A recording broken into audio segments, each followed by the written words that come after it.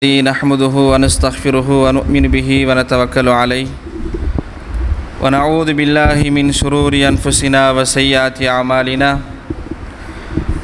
من يهده الله فلا مضل له ومن يضلله فلا هادي له وأشهد أن لا إله إلا الله وحده لا شريك له وأشهد أن محمدًا عبده ورسوله يا أيها الناس اتقوا ربكم الذي خلقكم من نفس واحدة وخلق منها زوجها وبث منهما رجالا كثيرا ونساء واتقوا الله الذي تساءلون به والأرحام إن الله كان عليكم رقيبا أما بعد فإن أصدق الحديث كتاب الله وأحسن الهدي هدي محمد صلى الله عليه وسلم وشر الأمور محدثاتها وكل محدثة بدعة وكل بدعة ضلالة وكل ضلالة في النار. எல்லாம் வல்ல அல்லாஹ்வுக்கு சுப்ஹானஹு தஆலாவை போற்றி புகழ்ந்து நபி ஸல்லல்லாஹு அலைஹி வஸல்லம் அவர்கள் மீது ஸலவாத்தும் ஸலாமும் கூறியவனாக, அன்பிற்குரிய சகோதரர்களே, எங்களுடைய எல்லா நிலைகளிலும் அல்லாஹ்வை நாங்கள் பயந்து நடக்க வேண்டும் என்று எனக்கும் உங்களுக்கும் தக்வாவை கொண்டு நான் வசியத்து செய்கிறேன், நல்லுபதேசம் செய்கிறேன். அன்புக்குரிய சகோதரர்களே, இன்றைய ஹுத்பாவுடைய தலைப்பாக நான் எடுத்துக்கொண்ட விடயம் என்னவென்றால்,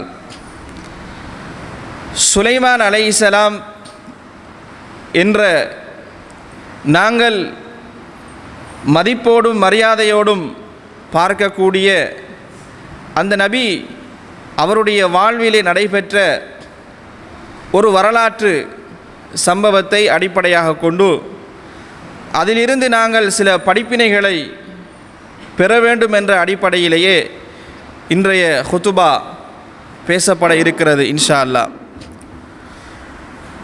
எங்களுக்கு தெரியும், சுலைமான் அலைஹிஸ்ஸலாம் அவர்கள்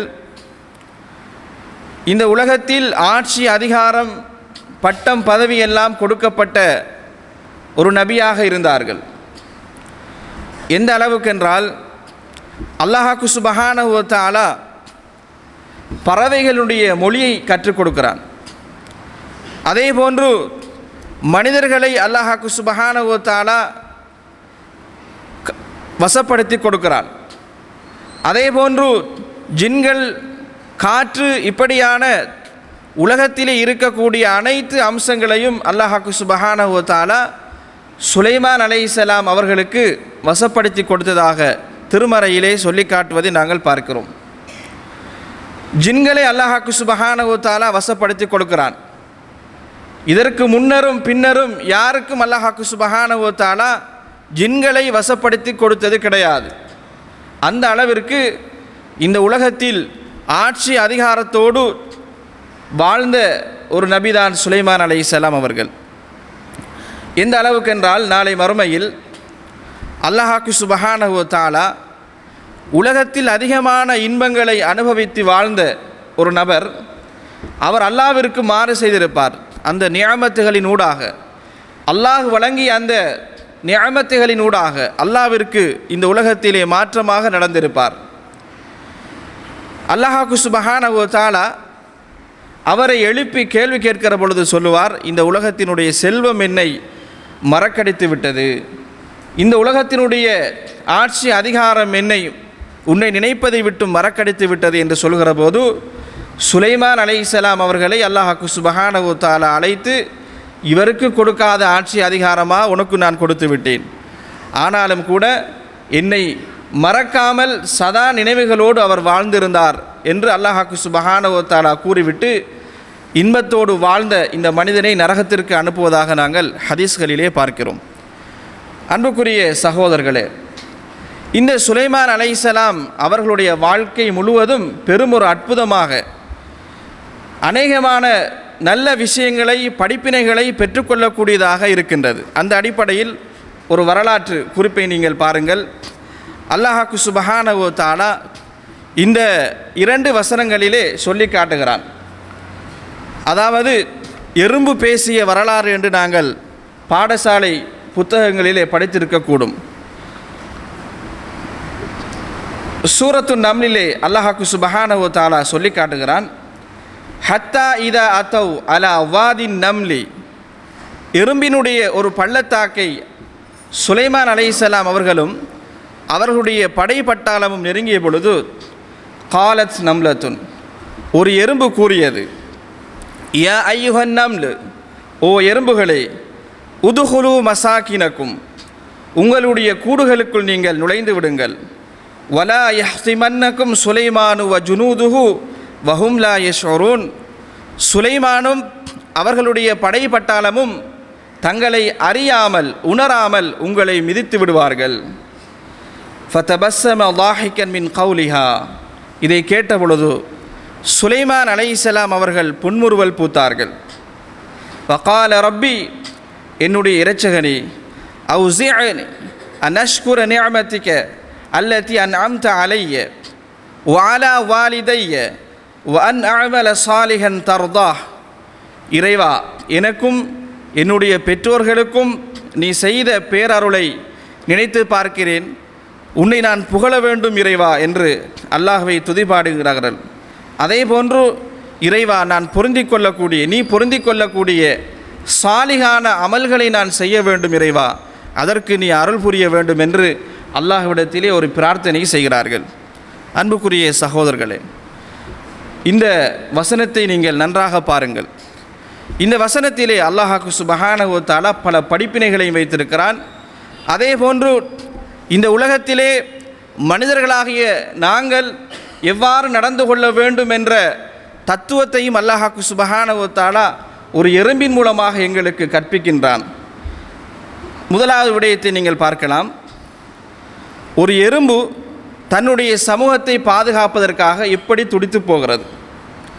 சமூக உணர்வோடு அந்த எறும்பு எவ்வாறு தன்னுடைய விடயங்களை பார்க்கின்றது. தன்னுடைய எறும்பு இனம் அழிந்துவிடக்கூடாது என்பதற்காக அந்த எறும்புகளை எல்லாம் எச்சரித்து, உங்களுடைய கூடுகளுக்குள் நீங்கள் பத்திரமாக இருந்து கொள்ளுங்கள், உங்களுடைய கூடுகளுக்குள் நீங்கள் சென்று விடுங்கள், வெளியே வந்துவிட வேண்டாம் என்று அந்த தன்னுடைய எறும்பு இனத்தை பாதுகாப்பதற்காக ஒரு எறும்பு போராடுகிறது என்று அல்லாஹ் சுப்ஹானஹு வ தஆலா இந்த வசனத்திலே சொல்லி காட்டுவதை நாங்கள் பார்க்கலாம். ஒரு எறும்பு அதனுடைய அளவை நாங்கள் பார்க்கலாம். ஒரு எறும்பை நாம் எடுத்து பார்த்தோமாக இருந்தால் அதனுடைய சைஸ் அளவை நாங்கள் பார்க்கிற போது சாதாரணமாக 0.003 இதுதான் ஒரு எறும்பினுடைய வளர்ச்சியாக இருக்கின்றது. அதையும் தாண்டி சில எறும்புகள் கூடுதலாக வளரக்கூடியதாகவும் இருக்கின்றது. இப்படியான ஒரு சிறிய எறும்பை அல்லாஹ் சுப்ஹானஹு வ தஆலா சொல்லி அதன் மூலமாக ஆழமான படிப்பினைகளை நாங்கள் பெற வேண்டும் என்ற ஒரு விடயத்திற்காக இந்த சம்பவத்தை தன்னுடைய திருமறையிலே சொல்லி காட்டுகிறான். அன்புக்குரிய சகோதரர்களே, இங்கே வந்திருக்கக்கூடிய நாங்கள் எல்லோருமே பொறுப்புதாரிகள் என்பதை புரிந்து கொள்ள வேண்டும். நாம் ஒரு தந்தையாக இருக்கலாம், அல்லது ஒரு குடும்பத்தை தாங்குகின்ற ஒரு கணவனாக இருக்கலாம், அல்லது பள்ளியை நிர்வகிக்கக்கூடிய தலைவராக இருக்கலாம், செயலாளராக இருக்கலாம், அதே போன்று பாடசாலையை நடாத்துகின்ற அதிபராக இருக்கலாம், ஆசிரியராக இருக்கலாம், சங்கத் தலைவராக இருக்கலாம். இப்படி எண்ணற்ற வகைபாகங்களை நாங்கள் மேற்கொண்டு வருகிறோம். இப்படியான நிலையில் எங்களுடைய பொறுப்புகளை நாங்கள் எவ்வாறு மேற்கொள்ள வேண்டும், எங்களுடைய கடமைகளை நாங்கள் எவ்வாறு செய்ய வேண்டும் என்பதை இந்த எறும்பின் மூலமாக அல்லாஹ் சுப்ஹானஹு வ தஆலா எங்களுக்கு கற்பிக்கின்றான்.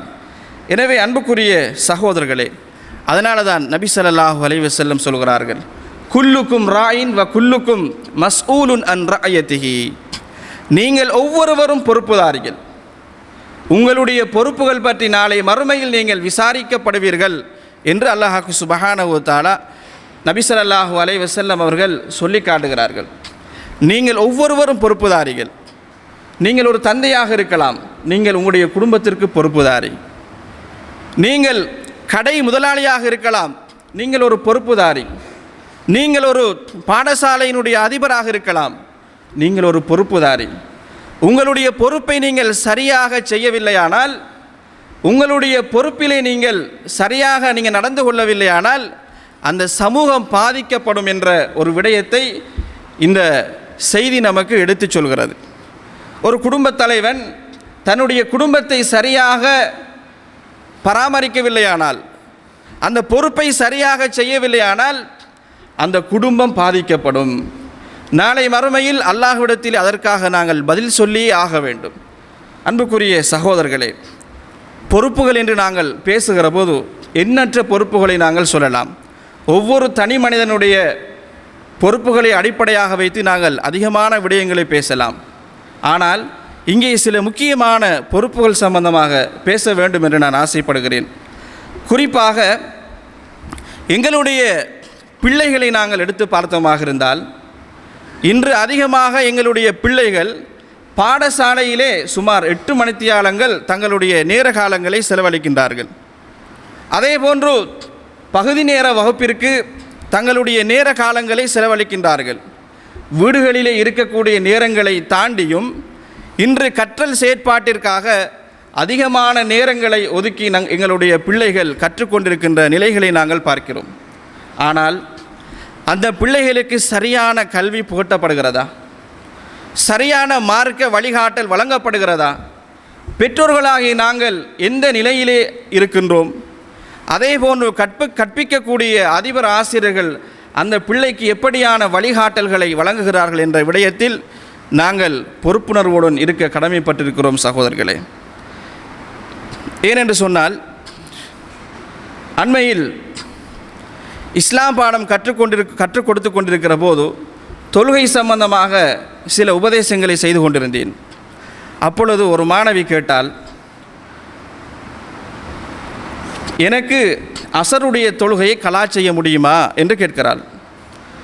உடனே கேட்டேன், நீங்கள் எதற்காக அசருடைய தொழுகையை கலா செய்ய வேண்டும் என்று கேட்கிற பொழுது அந்த மாணவி சொன்ன பதில் அதிர்ச்சியாக இருந்தது. அதுதான் உண்மையும் கூட.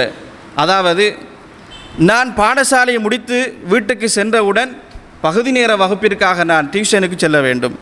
அங்கே சென்றால் என்னால் தொழ முடியாது என்ற ஒரு விடயத்தை கவலையோடு அந்த மாணவி என்னிடத்தில் சொன்னாள். அன்புக்குரிய சகோதரர்களே, முக்கியமான ஒரு இபாதத், அடிக்கடி இந்த மிம்பர் மேடைகளிலே பேசப்படுகிற ஒரு இபாதத் புறக்கணிக்கப்படுகிற நிலையை நாங்கள் பார்க்கிறோம். இன்று மார்க்க கல்வி இளம் பராயத்தில் எங்களுடைய பிள்ளைகளிலிருந்து அகற்றப்படுகிற நிலையை நாங்கள் பார்க்கிறோம். அதற்கு அதிகமானதும் முக்கியமானதுமான காரணங்களை நாங்கள் பட்டியலிடுகிற போது இந்த டியூஷன் கிளாஸ் மிக முக்கியமான ஒரு இடத்தை வகிக்கிறது என்பதை புரிந்து கொள்ள வேண்டும். இதற்கு நாங்கள் என்ன செய்ய வேண்டும்? பகுதி நேர பாடசாலைகள், பகுதி நேர வகுப்பை நடாத்தக்கூடியவர்கள் குர்ஆனை ஓதி கொடுப்பதற்காக ஒரு திட்டத்தை வகுக்க வேண்டும். இன்றைக்கு எங்களுடைய ஊரை பொறுத்தவரை, எங்களுடைய ஊர் மாத்திரமல்ல, இன்று இலங்கையிலே காணப்படக்கூடிய அனைத்து பகுதி நேர பாடசாலைகளிலும் கடுமையான போட்டி நிலவு என்ற காட்சிகளை நாங்கள் பார்க்கிறோம். எனவே மார்க்க கல்வியை கற்பதற்கும் குர்ஆனை ஓதுவதற்குமான சந்தர்ப்பங்கள் இல்லாமல் போகின்ற, குர்ஆனை ஓதத் தெரியாத ஒரு சமுதாயத்தை உருவாக்குகின்ற ஒரு நிலையை நம்முடைய சமுதாயத்திலே பார்க்கிறோம். நிச்சயமாக 90% மேற்பட்டவர்களுக்கு, 90% குர்ஆனை உச்சரிப்போடு சரியாக ஓதத் தெரியாத நிலையை நம்முடைய சமுதாயத்திலே பார்க்கிறோம். இரத்த கண்ணீர் வடிக்க வேண்டும். இவ்வாறு சென்றால் நம்முடைய சமூகத்தினுடைய நிலை என்ன? அன்புக்குரிய சகோதரர்களே, இந்த விடயத்திலே நானும் நீங்களும் மிக கவனமாக இருக்க வேண்டும். எனவே பகுதி நேர பாடசாலையில் கட்டாயமாக தொழுவதற்கான அங்கீகாரத்தை, அந்த நேரத்தை ஒதுக்கி கொடுக்க வேண்டும். அதே போன்று அவர்களுக்கு குர்ஆனை ஓதுவதற்கான ஏற்பாடுகளை எவ்வாறு நீங்கள் ஒரு பாடமாக அனைத்து பாடங்களையும் கொண்டு வருகிறீர்களோ அதே போன்று குர்ஆனை கற்றுக் கொடுப்பதற்கான ஒரு பாடத்தை நீங்கள் உருவாக்க வேண்டும். இல்லை என்றால் நாளை மறுமையில் அல்லாஹ்விடத்திலே நாம் பதில் சொல்லி ஆக வேண்டும். அன்புக்குரிய சகோதரர்களே, இந்த விடயத்திலே நாம் அனைவரும் கரிசனை எடுத்துக்கொள்ள வேண்டும். அதே போன்று எனக்கு ஒரு சந்தேகம் இருக்கின்றது. நாங்கள் எல்லோருமே குர்ஆன் சுன்னா என்ற அந்த புள்ளியிலே இணைந்திருக்கக்கூடியவர்கள். நம்ம பேசுகிற போது குர்ஆன் சுன்னா, அதை தவிர நம்ம எதையும் பின்பற்றக்கூடாது, என்றெல்லாம் நாங்கள் பேசுகிறோம். ஒரு கவலையான ஒரு விடயம் என்ன தெரியுமா? இன்று இந்த பள்ளி வாயலோடு சம்பந்தப்படக்கூடிய உலமாக்கள் ஏதோ ஒரு அடிப்படையில் மரணித்து விட்டால் இந்த பள்ளியை வழிநடாத்துவதற்கு அடுத்த தலைமுறையை நாங்கள் உருவாக்கி இருக்கிறோமா? இது ஒரு மிக முக்கியமான ஒரு கவலையான ஒரு கேள்வியாக இருக்கின்றது. நாங்கள் எல்லோருமே சிந்தித்து பார்க்க வேண்டும். உலமாக்கள் என்றால் சாதாரணமாக பாடசாலை கல்வியிலே பின்தங்கியவர்களைத்தான் நாங்கள் பாடசாலையில் ஏதாவது பிரச்சனை என்றால் அடுத்த கட்டமாக நாங்கள் யோசிக்கிற விஷயம் மதரசா பற்றி தான் யோசிப்போம். அல்லது பிள்ளை வழிகேட்டில் போவதாக நாங்கள் உணர்ந்தால் படிப்பும் தேவையில்லை ஒன்றும் தேவையில்லை மதரசாவுக்கு போய் ஓத விடட்டும் அப்படின்ட்டு தான் நம்ம அநேகமான யோசிக்கிறோம். ஆனால் சமூகத்தை வழிநடாத்தக்கூடிய சிறந்த உலமாக்களை நாங்கள் உருவாக்குவதற்கு தவறுகிறோம். யோசித்து பாருங்கள் சகோதரர்களே, எத்தனை பேர் இருக்கின்றோம்? ஒரு ஹாஃபிலை நாங்கள் உருவாக்கி இருக்கிறோமா? ஒரு ஹாஃபிலை நாங்கள் உருவாக்கி இருக்கிறோமா? தராவி தொலை வைப்பதற்காக ஒரு ஹாஃபில் கட்டாயம் தேவை. இங்கே இருக்கக்கூடிய ஹாஃபில்மார்கள் மரணித்து விட்டால் அந்த இடத்திற்கு யார் வருவது? யாரை நாங்கள் உருவாக்கி இருக்கிறோம்? அன்புக்குரிய சகோதரர்களே, இது சமூக பொறுப்பு என்பதை நாங்கள் புரிந்து கொள்ள வேண்டும். இந்த கேள்விக்கான பதிலை நாம் அனைவரும் மிக தெளிவாக புரிந்து கொள்ள வேண்டும். யாரை நாங்கள் உருவாக்கி இருக்கிறோம்? எந்த மௌலவியை நாங்கள் உருவாக்கி இருக்கிறோம்? அதற்காக என்ன முயற்சிகளை நாங்கள் செய்கிறோம்? எல்லோருமே நம்மளோட நோக்கம் என்ன? பிள்ளைகள் நல்லா வரணும், நல்லா படிக்கணும். அந்த விடயத்தில் மாத்திரம்தான் எங்களுடைய கவனங்கள் அதிகமாக இருக்கிறது தவிர நாங்கள் குர்ஆன் சுன்னா என்று அந்த புள்ளியிலே ஒன்றுபட்டிருக்கக்கூடிய நாங்கள் உலமாக்களை உருவாக்காமல் விடுகிறோம். அன்புக்குரிய சகோதரர்களே, ஃபர்து கிஃபாயா என்ற ஒரு சட்டம் இருக்கிறது. அதாவது அந்த சமுதாயத்தில் ஒரு சிலர் அதை செய்துவிட்டால் அந்த கடமை முடிந்துவிடும். உதாரணமாக ஜனாசாவை போன்று, ஜனாசாவை நாங்கள் எல்லோருமே குளிப்பாட்டுவது கிடையாது. சிலர் செய்துவிட்டால் அந்த கடமை முடிந்து விடுகிறது. அதே போன்றுதான் அந்த கடமையை யாரும் செய்யவில்லை என்றால் முழு சமுதாயமும் குற்றவாளிகள் என்ற ஒரு விடயத்தை தான் ஃபர்து கிஃபாயா என்று சொல்கிறோம். எனவே அந்த அடிப்படையில் குர்ஆன் சுன்னா அடிப்படையில் தலைமை தாங்கக்கூடிய வழிநடாத்தக்கூடிய உலமாக்களை நாங்கள் உருவாக்கவில்லை. ஆனால் இந்த பள்ளியிலே வந்திருக்கக்கூடிய முன்சஃபிலே உட்காரக்கூடிய ஃபின்சஃப்களிலே உட்காரக்கூடிய நாம் அனைவரும் அல்லாஹ்விடத்திலே பதில் சொல்லி ஆக வேண்டும். திறமையான குழந்தைகளை அல்லாஹ்வுக்கு சுப்ஹானஹு வ தஆலா நமக்கு தரவில்லையா? இந்த உலகத்தினுடைய அனைத்தையும் உள்வாங்கி படிக்கக்கூடிய கற்கக்கூடிய பிள்ளைகளை அல்லாஹ்வுக்கு சுப்ஹானஹு வ தஆலா தரவில்லையா? ஆனால் எங்களில் அதிகமானுடைய நோக்கம் இந்த உலகத்தை சம்பாதிக்க வேண்டும். இந்த உலகத்தில் எதெல்லாம் கௌரவமாக மரியாதையாக எங்களுக்கு காட்சி அளிக்கிறதோ அந்த விடயத்தில் எங்களுடைய பிள்ளைகள் கவனம் செலுத்த வேண்டும் என்ற அடிப்படையில் தான் நம்மில் பெரும்பாலானவருடைய கவனம் இருக்கின்றது. எனவே அன்புக்குரிய சகோதரர்களே, இந்த விடயத்தை நான் எத்தி வைத்து விட்டேன். ஒரு ஹாஃபிலை உருவாக்குவதும் அதே போன்று ஒரு மௌலவியை ஒரு ஆலிமை உருவாக்குவதும் சமூகத்தினுடைய மிக முக்கியமான பொறுப்பு என்பதை நீங்கள் ஒவ்வொருவரும் புரிந்து கொள்ள கடமைப்பட்டிருக்கிறீர்கள். அதே போன்று சகோதரர்களே, அல்லாஹ்வுக்கு சுப்ஹானஹு வ தஆலா அவனுடைய திருமறையிலே சொல்லி காட்டுகிறான், யா அய்யுஹல்லதீன ஆமனு, ஈமான் கொண்டவர்களே, கூ அன்ஃபுஸக்கும் வ அஹ்லீக்கும் நாரா, உங்களையும் உங்களுடைய குடும்பத்தாரையும் நீங்கள் நரகத்திலிருந்து பாதுகாத்து கொள்ளுங்கள், நரக நெருப்பிலிருந்து நீங்கள் பாதுகாத்து கொள்ளுங்கள் என்று அல்லாஹ் அவனுடைய திருமறையில் சொல்லி காட்டுகிறான். ஏற்கனவே பார்த்தோம், ஒரு எறும்பு தன்னுடைய சமூகத்தை பாதுகாக்கிறது. அன்புக்குரிய சகோதரர்களே, ஆறறிவு வழங்கப்பட்டிருக்கக்கூடிய நாம் நம்முடைய குடும்பத்தை நரக நெருப்பிலிருந்து பாதுகாக்க வேண்டும். இன்றைக்கு பார்க்கக்கூடிய ஒரு கவலையான விடயம் என்ன தெரியுமா? இந்த இஸ்லாமிய சமுதாயத்தின் மிக பெரும் அடையாளமாக திகழ்வது யஅமுரூன பில் மஅரூஃப் வ யன்ஹவுன அனில் முன்கர், நன்மை ஏவுவார்கள் தீமையை தடுப்பார்கள். இதுதான் இந்த இஸ்லாமிய சமுதாயத்தினுடைய குவாலிட்டியாக அல்லாஹ்வுக்கு சுப்ஹானஹு வ தஆலா சொல்லி காட்டுகிறான். எல்லா சமுதாயங்களையும் விட இந்த சமுதாயம் மேன்மை தகுந்த சமுதாயமாக ஏன் இருக்கிறது என்றால், யஅமுரூன பில் மஅரூஃப் வ யன்ஹவுன அனில் முன்கர், நன்மை ஏவுவார்கள் தீமையை தடுப்பார்கள் என்று அல்லாஹ்வுக்கு சுப்ஹானஹு வ தஆலா சொல்லி காட்டுகிறான். ஆனால் இன்றைக்கு மிக முக்கியமாக பேசப்பட வேண்டிய, விரிவாக பேசப்பட வேண்டிய ஒரு தலைப்பு தான் அஜ்னபி மஹரமி என்று சொல்லக்கூடிய ஒரு தலைப்பு. அதாவது ஒரு ஆண் யாரோடு பேச வேண்டும், யாரோடு பழக வேண்டும், ஒரு பெண் யாரோடு பேச வேண்டும், யாரோடு பழக வேண்டும், அதே போன்று அவளுடைய ஆடை அமைப்புகள் எவ்வாறு இருக்க வேண்டும் என்பதையெல்லாம் பேசுகிற மிக முக்கியமான ஒரு பாடம் அஜ்னபி மஹ்ரமி. ஆனால் இன்றைக்கு நம்முடைய சமுதாயத்தில் அதை தலைகீழாக மாற்றப்படுகிற காட்சிகளை பார்க்கிறோம். ஒரு தந்தையாக இருக்கக்கூடிய நாம் நம்முடைய பிள்ளைகளுக்கு வாங்கி கொடுக்கக்கூடிய ஆடைகள் எடுத்து பார்த்தோமாக இருந்தால் அந்த ஆடையில் மிகப்பெரிய அநியாயம் நடந்திருப்பதை நாங்கள் பார்க்கலாம். இஸ்லாத்திற்கு எதிரான உடையாக மாறி வருகின்ற ஒரு கலாச்சாரத்தை நாங்கள் பார்க்கிறோம்.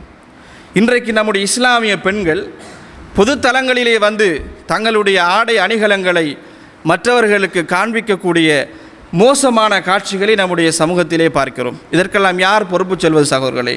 ஒரு காலத்திலே நாங்கள் மறைத்து வைத்த பொக்கிஷமெல்லாம் இன்றைக்கு வெளிப்படையாக வெளியிலே தன்னுடைய அங்க அவயங்களை காட்டி திரிகின்ற ஒரு கலாச்சாரத்தை நம்முடைய சமுதாயத்தில் நாங்கள் பார்க்கிறோம். அல்லாஹ் பாதுகாத்த நல்லுள்ளங்களை தவிர அன்புக்குரிய சகோதரர்களே, ஹிஜாப் போடுவது என்பது மௌலைமார்களுக்கு மாத்திரம் உள்ள சட்டமா? ஃபர்தா அணிவது என்பது ஒரு சிலவருடைய குடும்பங்களுக்கு மாத்திரம் உரித்தான சட்டமா? இல்லையே சகோதரர்களே, கட்டாயமாக எங்களுடைய அஜ்னபி மஹ்ரம் என்ற விடயம் கட்டாயமாக பேணப்பட வேண்டும். அது பாடசாலையாக இருக்கலாம், அல்லது நாம் வேலை செய்யக்கூடிய வேலைத்தலங்களாக இருக்கலாம். அனைத்திலும் அஜ்னபி மஹ்ரம் என்ற சட்டம் பேணப்பட வேண்டும். ஆனால் இன்றைக்கு அஜ்னபி மஹ்ரம் என்ற சட்டம் புறக்கணிக்கப்படுகிற நிலையை நாங்கள் நம்முடைய சமுதாயத்திலே பார்க்கிறோம். ஒரு பெண் எவ்வாறு நடந்து கொள்ள வேண்டும், எந்த அடிப்படையில் ஒரு ஆணோடு கதைக்க வேண்டும் என்ற விவரமெல்லாம் தெரியாத அளவிற்கு இன்றைக்கு ஆண் நண்பர்கள் பெண் நண்பர்கள் என்றெல்லாம் தங்களுக்குள் தாங்களே பேசிக்கொண்டு இஸ்லாமிய சட்டங்களை உடைத்து எறியக்கூடிய ஒரு சமுதாயத்திலே நாங்கள் வாழ்ந்து கொண்டிருக்கிறோம். எனவே அன்புக்குரிய சகோதரர்களே, நம்முடைய சமுதாயத்தை நெறிப்படுத்துவதும் நம்முடைய சமுதாயத்தை பாதுகாப்பதும், அந்த எறும்பு எவ்வாறு தன்னுடைய சமுதாயத்தை அழிவிலிருந்து பாதுகாத்ததோ அதே போன்று இந்த சரித்திரத்தினூடாக எங்களுடைய சமுதாயத்தையும் நாங்கள் அழிவிலிருந்து பாதுகாக்க வேண்டியது நம்முடைய பொறுப்பாக இருக்கின்றது. தனி மனிதனாக இருக்கலாம், சமூகமாக இருக்கலாம், கூட்டு பொறுப்போடு நாங்கள் இணைந்து இந்த விடயத்திலே கவனம் எடுக்க வேண்டும் என்ற விடயத்தை நான் சொல்லி விடைபெறுகிறேன். வாஹிரு தாவத்தி அல்ஹம்துலில்லாஹி ரப்பில் ஆலமீன்.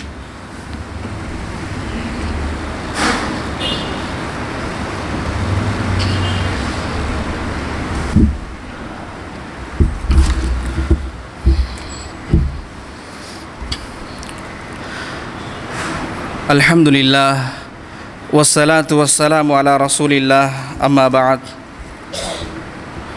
அன்பிற்குரிய சகோதரர்களே, சுலைமான் அலைஹிஸ்ஸலாம் அவர்களுடைய அந்த சரித்திரத்திலே முதலாவதாக நாங்கள் எறும்பு தன்னுடைய சமூகத்தை பாதுகாப்பதற்காக எப்படி செய்தது என்ற விடயத்தை நாங்கள் பார்த்திருந்தோம். அந்த வசனத்தினுடைய அடுத்த பகுதியை நாங்கள் பார்த்தோமாக இருந்தால் வஹும் லா யஷ்உரூன் என்று அந்த எறும்பு சொல்கிறது, அவர்கள் அறியாமல் உங்களை மிதித்து விடுவார்கள். இந்த வசனத்தை நாம் எல்லோரும் மிக கவனமாக பார்க்க வேண்டும். தங்களை அறியாமல் உங்களை அவர்கள் மிதித்து விடுவார்கள், வேண்டுமென்று செய்ய மாட்டார்கள். உங்களை கொலை செய்ய வேண்டும் என்று அவர்கள் உங்களை மிதிக்க மாட்டார்கள். தெரியாமல் நாம் எல்லோரும் சிறியவர்களாக இருக்கின்றோம், அவர்கள் எங்களை பார்க்காமல் எங்களை மிதித்து விடுவார்கள் என்ற ஒரு விடயத்தை அந்த எறும்பு சொல்வதாக அல்லாஹ்வுக்கு சுப்ஹானஹு வ தஆலா சொல்லி காட்டுகிறான். அன்புக்குரிய சகோதரர்களே, இந்த இடத்தில் நமக்கு சொல்லக்கூடிய பாடம் என்ன தெரியுமா? ஹுஸ்னுல் தன், பிறரோடு நாங்கள் பழகுகிற போது நல்ல தூய்மையான எண்ணங்களோடு நாங்கள் கதைக்க வேண்டும், பழக வேண்டும். மற்றவர்களை நாங்கள் தப்பான அபிப்பிராயங்களோடு நாங்கள் பார்க்கக்கூடாது என்ற தத்துவம் இதற்குள் புதிந்திருக்கிறது என்பதை நாம் ஒவ்வொருவரும் புரிந்து கொள்ள கடமைப்பட்டிருக்கிறோம் சகோதரர்களே. நபி ஸல்லல்லாஹு அலைஹி வஸல்லம் அவர்களுடைய வாழ்க்கையில் இதற்கான எத்தனைய உதாரணங்களை நாங்கள் பார்க்கலாம். மக்கா வெற்றியின் போது நபி ஸல்லல்லாஹு அலைஹி வஸல்லம் எவ்வாறு நாம் மக்காவை கைப்பற்றலாம் என்று மதீனாவிலே தங்களுடைய சஹாபாக்களோடு பேசிக்கொண்டிருக்கிறார்கள். அந்த நேரத்திலே நபி ஸல்லல்லாஹு அலைஹி வஸல்லம் அவர்களுக்கு ஒரு வஹி வருகிறது. நபியே, இந்த செய்தி, நீங்கள் மக்காவை கைப்பற்றுகிற விடயம் எதிரிகளுக்கு அறிவிப்பதற்காக ஒரு கடிதம் ஒன்று செல்கிறது என்ற தகவல் வந்தவுடன் அலி ரலியல்லாஹு அன்ஹு அவர்களை அனுப்பி நபி ஸல்லல்லாஹு அலைஹி வஸல்லம் அந்த கடிதத்தை கைப்பற்றுகிறார்கள். அந்த கடிதத்தை பிரித்து பார்த்தவுடன் அல்லாஹ்வுடைய தூதர் ஸல்லல்லாஹு அலைஹி வஸல்லம் நிலைகுலைந்து போகிறார்கள். அந்த கடிதத்தை எழுதியவர் யாரும் அல்ல, தன்னுடைய உற்ற நண்பர், உற்ற தோழர், ஒரு நபி தோழர் அந்த கடிதத்தை எழுதுகிறார். உடனே உமர் ரலியல்லாஹு அன்ஹு அவர்கள் கோபத்தை கொப்பளிக்கின்றார்கள். இவர் எப்படியாவது வெட்ட வேண்டும், கொலை செய்துவிட வேண்டும், எங்களுக்கு அனுமதி தாருங்கள் அல்லாஹுடைய தூதரே, இவரை நான் கொலை செய்ய வேண்டும் என்று கேட்கிற போது நபி ஸல்லல்லாஹு அலைஹி வஸல்லம் காரணம் கேட்கிறார்கள். தோழரே, எதற்காக நீங்கள் இவ்வாறு அனுப்பினீர்கள் என்று கேட்கிற போது அந்த தோழர் சொல்கிறார், அல்லாஹுடைய தூதரே, நான் ஒரு அனாதையாக இருந்தேன், மக்காவிலே என்னை இந்த குடும்பம் எடுத்து வளர்த்தார்கள், அவர்களை பாதுகாக்க வேண்டும் என்ற நோக்கிலே நான் இவ்வாறு செய்தேன், உங்களுக்கு துரோகம் செய்ய வேண்டும் என்ற நோக்கத்தில் நான் இவ்வாறு செய்யவில்லை என்று சொன்னபோது நபி ஸல்லல்லாஹு அலைஹி வஸல்லம் அவர்கள் அவரை மன்னித்து விட்டதாக நாங்கள் வரலாற்று குறிப்புகளிலே பார்க்கிறோம். அன்புக்குரிய சகோதரர்களே, செய்தது துரோகம், அது சாதாரணமான துரோகம் அல்ல, ராஜ துரோகம். தன்னுடைய நாட்டினுடைய இரகசியத்தை அவர் வெளிப்படுத்தக்கூடிய அளவுக்கு ஒரு பாரிய துரோகம் இருந்த போதிலும் நபி ஸல்லல்லாஹு அலைஹி வஸல்லம் அந்த சஹாபியோடு எப்படி நடந்து கொண்டார்கள், இதிலே எங்களுக்கு அழகிய முன்மாதிரி இருக்கிறது என்ற ஒரு விடயத்தை நாங்கள் புரிந்து கொள்ள வேண்டும். அதேபோன்று நபி ஸல்லல்லாஹு அலைஹி வஸல்லம் அவர்கள் தாயிப் தேசத்தில் சின்னம் சிறு பிள்ளைகளால் கல்லால் அடித்து துன்புறுத்தப்படுகிற பொழுது மேனியிலிருந்து உதிரம் வலிந்து ஓடுகிறது. அப்பொழுது ஜிப்ரீல் அலைஹிஸ்ஸலாம் வந்து கேட்கிறார்கள், அல்லாஹுடைய தூதரே, ஆணையிடுங்கள், இந்த 2 மலைகளையும் கொண்டு நான் இந்த சமுதாயத்தை அழித்து விடுகிறேன் என்று சொன்ன பொழுது அல்லாஹுடைய தூதர் ஸல்லல்லாஹு அலைஹி வஸல்லம் சொல்கிறார்கள், ஜிப்ரீலே, இவர்கள் இந்த இஸ்லாமிய கொள்கையை ஏற்றுக்கொள்ளாவிட்டாலும் இவர்களுக்கு பின்னால் வரக்கூடிய சமுதாயம் இந்த கொள்கையை ஏற்றுக்கொள்வார்கள். எப்படியான தூர நோக்கோடு மக்களை பற்றிய நல்ல அபிப்பிராயத்தோடு அந்த நபி ஸல்லல்லாஹு அலைஹி வஸல்லம் அவர்கள் நடந்து கொண்டிருக்கிறார் என்பதற்கு இதெல்லாம் மிகப்பெரிய உதாரணங்கள் சகோதரர்களே. எனவே கத்தியை கொண்டு வா என்று ஒருத்தன் சொல்லிவிட்டால் நாங்களாகவே முடிவெடுத்து வருகிறோம், கொல்லத்தான் கத்தி கேட்கிறான் என்று. அப்படி அல்ல, அவன் மரக்கறி வெட்டுவதற்கு கத்தியை கேட்டிருக்கலாம், அல்லது அவனுடைய ஏதாவது தேவைக்காக கத்தியை கேட்டிருக்கலாம். ஆனால் எவ்வாறு நாங்கள் தவறான வியூகங்களை வகுத்துக் கொள்கிறோம் என்றால் அவன் இதற்காகத்தான் கேட்டான் என்று நாங்களே கற்பனைகளை பண்ணி இன்றைக்கு குடும்ப உறவுகள் சீரழிந்து சின்னாபின்னமாகி நடுத்தருவில் நிற்பதற்கு இது மிக முக்கியமான ஒரு காரணம். பிறரை பற்றிய தவறான எண்ணங்கள் எங்களுக்குள் அதிகமாகிவிட்டது. இந்த எறும்பினுடைய வரலாற்றிலே எங்களுக்கு படிப்பினை இருக்கிறது சகோதரர்களே. சுலைமான் அலைஹிஸ்ஸலாம் அவர்களும் அவருடைய படைப்பட்டாளமும் எங்களை மிரிப்பார்கள், தவறுதலாக எங்களை மிரிக்கக்கூடும், அதன் மூலமாக நாங்கள் மரணிக்கக்கூடும். இருந்த போதிலும் அது அவர்கள் செய்த குற்றமல்ல, அவர்கள் தெரிந்து செய்த குற்றமல்ல என்ற ஒரு விடயத்தை எறும்பு எங்களுக்கு படித்து தருகிறது என்றால், அன்புக்குரிய சகோதரர்களே, மனிதனாக படைக்கப்பட்ட நாம், ஆறறிவு கொடுக்கப்பட்ட நாங்கள் எவ்வாறு நடந்து கொள்ள வேண்டும் என்ற ஒரு விடயத்தை இதன் மூலமாக நாங்கள் படிப்பினையாக கொள்ள வேண்டும் சகோதரர்களே. நாங்கள் தூர நோக்கு இல்லாமல் சரியான முறையில் சிந்திக்காத காரணத்தினால் இன்று பல விடயங்களை நாங்கள் இழந்து கொண்டிருக்கிறோம் என்ற ஒரு யதார்த்தத்தை உள்ளத்திலே ஆழமாக பதிந்து கொள்ள வேண்டும். அதேபோன்று சகோதரர்களே, அடுத்ததாக இந்த ஆயத்தில் இன்னொரு மிக முக்கியமான ஒரு விஷயம் இருக்கிறது, அத்தவாது, பணிவும், அதேபோன்று வஹசுல் இஸ்திமா, ஒழுங்கான செவியேற்றலும் என்ற ஒரு விடயம் அதிலே தங்கி இருக்கிறது. அன்புக்குரிய சகோதரர்களே, சுலைமான் அலைஹிஸ்ஸலாம் அவர்கள் இந்த எறும்பை கவனிக்க வேண்டிய எந்த ஒரு தேவையும் கிடையாது. நன்றாக யோசித்து பாருங்கள், அவர்களுக்கு அல்லாஹ் சுப்ஹானஹு வ தஆலா கொடுக்காத ஆட்சி அதிகாரமா, பலமா, எல்லாவற்றையும் அல்லாஹ் சுப்ஹானஹு வ தஆலா கொடுத்திருக்கிறார். ஆனால் சுலைமான் அலைஹிஸ்ஸலாம் அவர்கள் அந்த எறும்பு என்ன பேசுகிறது என்று செவிதாழ்த்தி கேட்கிறார்கள். யோசித்து பாருங்கள், ஒரு ஆட்சி அதிகாரம் கொடுக்கப்பட்ட ஒரு நபி, எங்களுடைய பாசையிலே சொல்ல போனால் அனைத்து அதிகாரங்களும் கொடுக்கப்பட்ட ஒரு ஜனாதிபதி, சாதாரணமாக ஒரு எறும்பு பேசுகிறது, எறும்பு பேசுகிற போது அதை காது தாழ்த்தி கேட்கிறார்கள். அன்புக்குரிய சகோதரர்களே, இது என்ன சொல்கிறது? எங்களுடைய சமுதாயத்திலே பல பேர் இருக்கிறார்கள். சில பேர் படிப்பறிவில்லாமல் இருப்பார்கள், அல்லது படிப்பறிவில் குறைந்தவர்களாக இருப்பார்கள். அதேபோன்று எங்களுடைய பிள்ளைகளாக இருக்கலாம், மனைவியாக இருக்கலாம், அல்லது பணபலம் குறைந்தவர்களாக இருக்கலாம். யாராக இருந்தாலும் பேசுகிற போது காது தாழ்த்தி கேட்கிற ஒரு விடயம் மிக முக்கியமான ஒரு விடயமாக இங்கே சொல்லப்படுகிற நிலைகளை நாங்கள் பார்க்கிறோம். எங்களை நாங்கள் பரிசீலனை செய்து கொள்ள வேண்டும். சொல்லப்படுகிற விடயத்தில் என்ன விஷயம் சொல்லப்படுகிறது என்ற ஒரு விடயம், அதனை பரிசீலனை செய்ய வேண்டியது. அதே போன்று எங்களுக்கு எதிராக யாராவது விமர்சனம் செய்தால் அந்த விமர்சனங்களை முழு மனதோடு நாங்கள் ஏற்றுக்கொண்டு உண்மையாக இருக்குமாக இருந்தால் அவற்றிலிருந்து எங்களை பாதுகாக்க அல்லாஹ்விடத்திலே பிரார்த்தனை செய்ய வேண்டும். அந்த தவறிலிருந்து நாங்கள் திருந்த வேண்டும் என்ற ஒரு விடயத்தை பற்றி இந்த இடத்திலே நாங்கள் பார்த்து கொள்ளலாம். அன்புக்குரிய சகோதரர்களே, நபி ஸல்லல்லாஹு அலைஹி வஸல்லம் அவர்கள் சமுதாயத்திலே தாழ்ந்து என்று யாரெல்லாம் இருந்தார்களோ அவர்களை உயரமான நிலைக்கு கொண்டு வந்தார்கள்.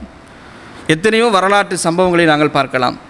இன்றைக்கு நாங்கள் பிலால் ரலியல்லாஹு அன்ஹு சொல்கிற போது உள்ளத்தால் ரலியல்லாஹு அன்ஹு என்று பெருமையாக சொல்கிறோம், சந்தோஷமாக சொல்கிறோம். பிலால் ரலியல்லாஹு அன்ஹு அவர்கள் எப்படி இருந்தார்கள், என்ன அடிப்படையில் இருந்தார்கள் என்ற வரலாற்று பக்கங்களை நாங்கள் விவரமாக படித்திருக்கிறோம். அந்த பிலால் ரலியல்லாஹு அன்ஹு அவர்களை அதான் சொல்கின்ற பொறுப்பை கொடுத்து அல்லாஹ்வுடைய தூதர் ஸல்லல்லாஹு அலைஹி வஸல்லம் கௌரவிக்கின்றார்கள். சமுதாயத்தில் யாரெல்லாம் தாழ்ந்தவர்கள் என்ற நிலையில் இருக்கிறார்களோ அவர்களை உயர்த்த வேண்டும், அவர்களுடைய கருத்துக்களை நாங்கள் உயர்த்த வேண்டும் என்ற ஒரு விடயத்தை அல்லாஹ்வுடைய தூதர் ஸல்லல்லாஹு அலைஹி வஸல்லம் எங்களுக்கு மிக தெளிவான ஒரு வழிகாட்டலை சொல்கிறார்கள். ஒரு வரலாற்று குறிப்பை நான் சுருக்கமாக சொல்லிவிட்டு இந்த ஹுத்துபாவை நிறைவு செய்யலாம் என்று யோசிக்கிறேன். அன்புக்குரிய சகோதரர்களே, ஜுலைபிப் என்ற ஒரு நபித்தோழர், கட்டாயமாக நீங்கள் விரிவாக இவருடைய வரலாற்றை நீங்கள் படிக்க வேண்டும். சஹாபாக்களே சொல்கிறார்கள், ஜுலைபிப் ஒரு சமூகத்தில் இருப்பாராக இருந்தால் அவருக்கு அருகாமையில் இருப்பதற்கு கூட நாங்கள் கூச்சப்படுவோம். அவருடைய முகம் மிகவும் அலங்கோலமாக இருக்கும், அவருடைய முடி மிக அலங்கோலமாக இருக்கும். நாங்கள் இவ்வாறு அவரை சமுதாயத்திலே ஒரு தாழ்ந்த நிலையிலே இருக்கக்கூடிய நிலையிலே தான் நாங்கள் பார்த்தோம். ஆனால் நபி ஸல்லல்லாஹு அலைஹி வஸல்லம் வந்ததற்கு பின்னால் அல்லாஹ்வுடைய தூதர் ஸல்லல்லாஹு அலைஹி வஸல்லம் ஒரு சகோதரனைப் போல அவரை நெருங்கி அவரை அரவணைத்து பழகுகிற காட்சிகளை நாங்கள் பார்த்தோம். எந்த அளவுக்கு அந்த நபித்தோழர் இருந்தார் என்றால், மதீனாவிலே யாரும் அவருக்கு திருமணம் முடிப்பதற்காக பெண் கொடுப்பதற்கு தயாரில்லை. ஏழையாக இருந்தால், அவலட்சணம் கொண்ட முகமுடையவராக இருந்தார்.